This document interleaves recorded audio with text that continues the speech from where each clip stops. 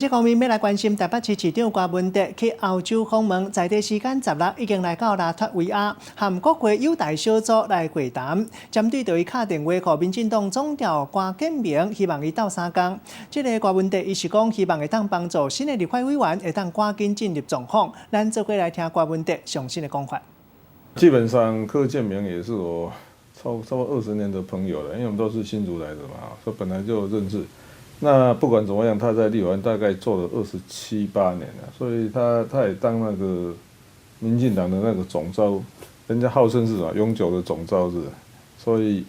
大概要请教他几件事情，就是那个立法院的运作方式，过去还有这个立法院的人脉的，还有一些机关啊，还有运作方式，因为我们这5个立委，你知道，全部都是新的，从来没有在立法院待过，所以一些运作方式还是要先问一下，至少要先对现况有了解嘛。那你如果想要改，也要先知道现况，才知道你要想有什么想法。所以第一步是，那能够让我们如何协助我们这5位立委可以尽速进入状况。但有时候要磨合了，因为我想那个事实的真相什么，应该他会回答的。不过讲实在，很多东西都是误会嘛。我认为人世间的很多问题是误会的哈。不过是这样的，如果我们该改的那就改嘛。所以通常是先调查清楚嘛哈。那我大概会建议他们还是比照我们在台北市呢，每天还是主要人员还是要开一次晨会的，那把一些有没有说有造成困扰风波的记下来，那再研究说要怎么解决掉。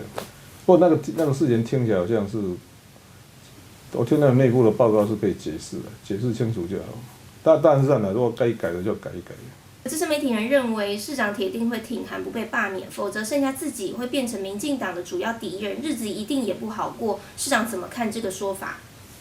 这个就是典型的阴谋论，就是说什么事情都要扯到政治然后再